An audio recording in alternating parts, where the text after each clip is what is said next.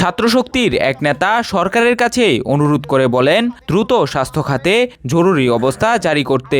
এবং আমরা সরকারের কাছে অনুরোধ করব যে দ্রুত স্বাধীন কমিশনের মাধ্যমে এই হামের আউটব্রেকের কারণকে বের করেন এবং অতি দ্রুত স্বাস্থ্য খাতে জরুরি অবস্থা জারি করেন।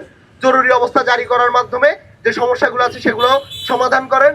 তিনি আরও বলেন, পশ্চিমবঙ্গে যে সাম্প্রদায়িক শক্তির উত্থান হয়েছে সেটি মোকাবেলায় সরকারকে বিরোধী দল ও সব পক্ষের সাথে আলোচনা করতে পরামর্শ দিয়েছেন ছাত্রশক্তির সেই নেতা। একই সাথে পশ্চিমবঙ্গে বর্তমানে যেই সাম্প্রদায়িক শক্তির উত্থান হয়েছে সেই উত্থানকে কিভাবে আপনি মোকাবেলা করবেন, যার প্রভাব বাংলাদেশে অলরেডি পড়া শুরু করেছে, এটি আপনি কিভাবে মোকাবেলা করবেন, এটা নিয়ে বিরোধী দলের সহ সরকার বিরোধী দল সব পক্ষ মিলে আলোচনা করেন। আমরা দেখতে পেয়েছি যখন ভারত পররাষ্ট্রনীতিতে কোনো সিদ্ধান্ত নেয় সেটা কিন্তু ভারতের সরকারি দল বিরোধী দল সবাই এক হয়ে ওই সিদ্ধান্তগুলো নেয়। বাংলাদেশের ক্ষেত্রে আমরা এই ধরনের কোনো উদাহরণ তৈরি করতে পারি নাই।